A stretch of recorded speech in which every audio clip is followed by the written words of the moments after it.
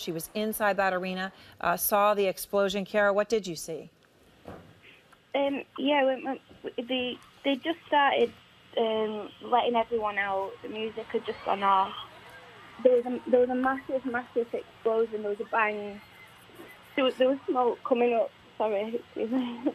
There was smoke coming like up through the steps, and everyone was just screaming and shouting, saying that it could be a bomb. And there was people shouting for the kids. There was people shouting for the other half, trying to find people. And as we went out into the concourse, like to get out of the arena, there was just bodies scattered about everywhere.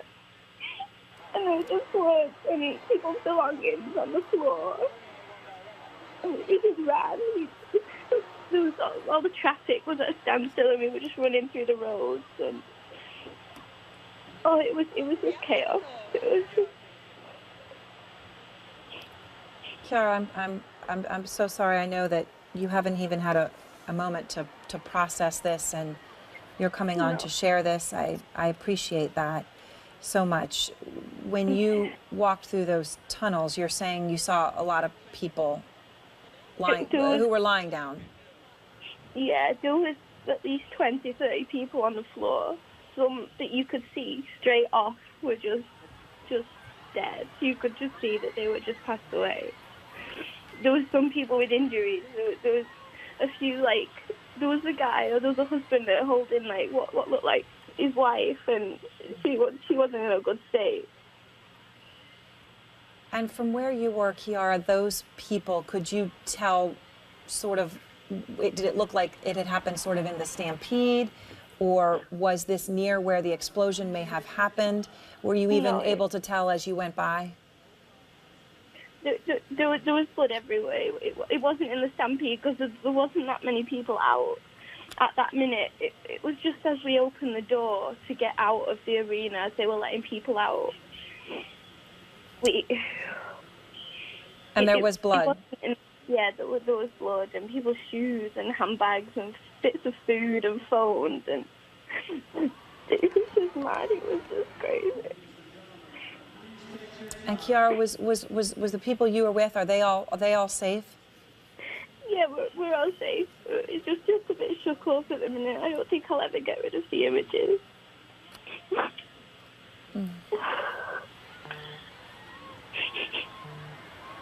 Kiara, thank you so very much. I'm sorry. I know this is so hard. I am so glad for you that you're okay, but I know that at this moment is a mixed blessing as you think about what you have seen. Thank you so much for telling us about it. You're welcome. I'm just hoping that everyone finds who they were with, and that everyone. I just feel so sorry for the fatalities and the families of those affected. All right, Kiara, thank you again so very much. You just heard Kiara Dauber, who was there, just tell us as she was leaving the concert, she saw 20 or 30 bodies on the floor, and she said to her they were all clearly dead. There was blood everywhere. Calvin Welsford joins me now. He was in the front row of the concert. Calvin, thank you very much for coming on and doing this. I know it's incredibly difficult, but you are the ones who are enabling us all to understand what just happened here. What did you see? So I was front row at the concert, and I heard a big bang. I don't know what it was, but I guess it was a bomb or a gun of some sort. And I turned around to see all of the crowd completely running and flying towards the stage where I was, because I was front row. And as I was there, I panicked and started to have an asthma attack and cry and scream. And I saw Ariana Grande's mom and her best friend run backstage, and a few other people just ran backstage because that was the exit. That was our nearest place to go without going up the steps. So I ran because I thought, if I'm not in cover, I'll be safer. And I was taken in by one of her security people who asked if I was okay and wasn't really aware of what was happening. But I explained to her that I heard a sound which was like a bomb, and that everyone was running and crying, and she took my arm and took me aside and asked if I was okay, and then gave me to other security people who took me out of the thing, and then I ran. And away Calvin, from the arena. we were just speaking to someone else who was there who said she had seen 20 or 30 bodies on the floor. Did you see anything like that? I can't really remember. I completely blanked, and my thing was run. In my head, I was like, I need to get as far away as I can, and I completely blanked. I can't even remember anything after getting out of that arena. All right, Calvin, thank you very much. Again, thank you for coming on. I know you're in shock, as so many others are. We continue our coverage here of this story. Dan Senor also joins us, spent time in Iraq, of course, and advising Mitt Romney as well. Dan, you know, when you look at something like this happening in the UK, and there are still so many details we don't know, right? These are just a few eyewitness accounts that we are putting together from people who are very much in shock. But you just heard that woman say 20 or 30 bodies. She saw a lot of blood. We just don't know at this point, but what we're hearing is horrific. Right. So the human catastrophe of it, just in its raw form that we're hearing about and seeing images of, makes it hard to analyze these things. We hope it was not a terrorist attack. Right. Actually, we hope something exploded and people panicked, God forbid, Right. and that's. But Exactly. it tells you a lot about the climate in which we are in today. That something like this happens in Europe.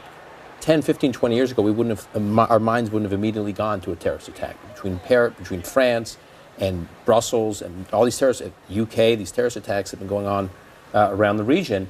And this constant focus in political environments over the last several years on the 2+ million refugees that have come, into Europe via Germany, and now many of whom have spread throughout Europe. And established or inserted themselves into communities that create infrastructure for terror. Whether that is this or not, that is where people's minds go. And as Spider said earlier, Theresa May's got an election coming up in a couple of weeks. She was the Home Secretary under Prime Minister Cameron. She was the equivalent of the Secretary of Homeland Security. She's regarded in the UK as having the strong Homeland Security credentials. Immediately, these sorts of issues and various political leaders' credibility on them become a major factor. So these, I just want to, everyone, as we're getting some new images here, these are the first images I'm going to show you right now coming in. These are still photos of some of the injured, as you can see. And General Marks, let me ask you, from what we're hearing from our witness, when she says 20 or 30 people, again, she says they were all clearly dead from what she could see. We have absolutely no idea at this point of the number of fatalities, although we do know there are fatalities. When she says there was blood everywhere, in your mind, does that make you think one thing versus another, or is that something that could easily have happened in a stampede that would have occurred for any reason? No, I think what this leads you to, at least initially, the reports that we're getting out of the two eyewitnesses that you were able to bring on, is that it leads us to at least to an immediate thought that this was a single incident that occurred. There was an explosion of some sort. As Dan indicated, we don't know exactly what that is. Yeah. But that explosion then caused some immediate panic and immediate deaths, a bunch of destruction within a controlled area, and then you get the exits that are now being overwhelmed by humanity trying to get out of there. I think what you're looking at is too early to tell whether it's an act of terrorism, but it was some explosion that occurred. We'll figure out what that looks like. But I don't think this occurred in multiple locations. It wasn't synchronized where you had multiple attacks in multiple locations within that very enclosed arena. No, it doesn't. At this point, there had been some reports. It's all eyewitness at this point because we don't yet know, but of multiple explosions. But our eyewitnesses have only each spoken of hearing one. So for what that's worth, John, though, when you talk about this is one of the largest arenas in the UK. 20,000 people. It can fit 20,000, but a lot of the people who were there tonight, kids. Teenagers, and particularly teenage girls here for this concert. And that's what makes this especially horrific as we find out what the details are. The fact that so many teenagers and families were caught up in this is what makes it so especially horrific. Manchester is a music mecca in England. It is it is a city with a great music culture. And obviously the UK has dealt with terrorism going back to the days of the IRA. But as we get more information, the first thing is just the prayers we must all give out to the families and the teenagers and the children who may have been affected and caught up in this horrific event tonight. And Dan, I think what you're raising here is whatever the cause may have been, is that now the first assumption is that something like this happened. And that's part of the reason people would have reacted the way they did. Someone who was on the show earlier who was there said, well, when I first heard it, there's a lot of big bangs at something like this. I may not have thought something of it. Just look at the but then coverage I of- did because of what has happened. Just look at the coverage last week in New York City when the driver drove into Times Square. And immediately, where does everybody go to? Terrorist attack. Because actually, in several parts of the world, including in Israel, this is a common terror tactic now. Right. Driving into a Oh, crowd goodness, of people. we've seen that across Europe as just an example. Yes. So you don't need a sophisticated bomb-making capability anymore. It could be something quite simple as driving into Times Square. Who knows if this is actually a terror attack? What sparked this? But I just think this is where we in sort of the West go immediately whenever there's an incident like this. And it's, these are extremely turbulent times. And one of the mantras of Homeland Security in the United States, and I think around the world, is you hope for the best, you prepare for the worst. And I think that applies to tonight as well.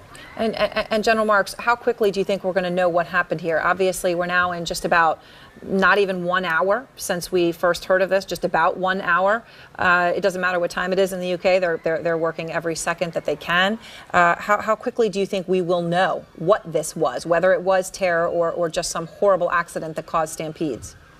Within 6 hours, I think we'll know more.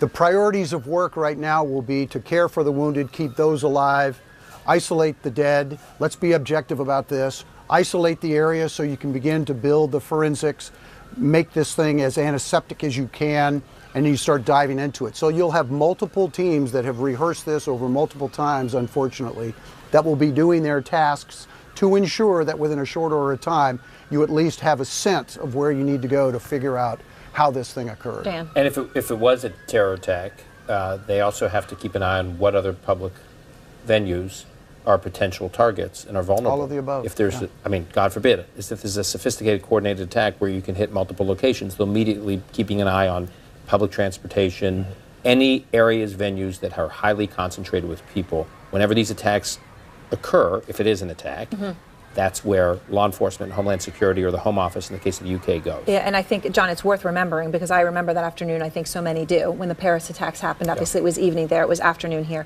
It did take a little while, probably just about the time we've had now, maybe a little bit less if I recall. But it was very quickly that they knew that something horrible had happened. Obviously, the details, took quite some time over the next few days to come out, but they knew it was terror. Of course, and in that case, we had interconnected incidents, as Dan is expressing. Right. One of the telltale signs is if there are detonations at different exits, for example, or multiple incidents across the city. There does not seem to be that in this case at Manchester. That's important, but that was certainly one of the telltale signs that made it definitive in Paris. And General Marks, that is, I think, very important at this hour. Again, there could be more we don't know, but from what we're hearing from people who were there, is that there was one very large explosion. But the operative word, at least from what these eyewitnesses are saying, is one. Exactly. And what John just indicated is that we have, in this particular case, an adaptive threat. At Bataclan, what you had was folks with weapons, you had multiple explosions, etc. What you have here is obviously someone who learned from that and achieved an equal amount of destruction and the terror that individual wanted to put in place. Yeah. Again, we must assume that this is an act of terrorism, and then we'll take it from there because of the amount of resources that are available that go after something like this. We can back off if we find out that it's not. It's an accident. I doubt that. All right, and as we get ready to hand it off, we have another eyewitness here just telling our show that he was there and heard 5 or 6 bangs.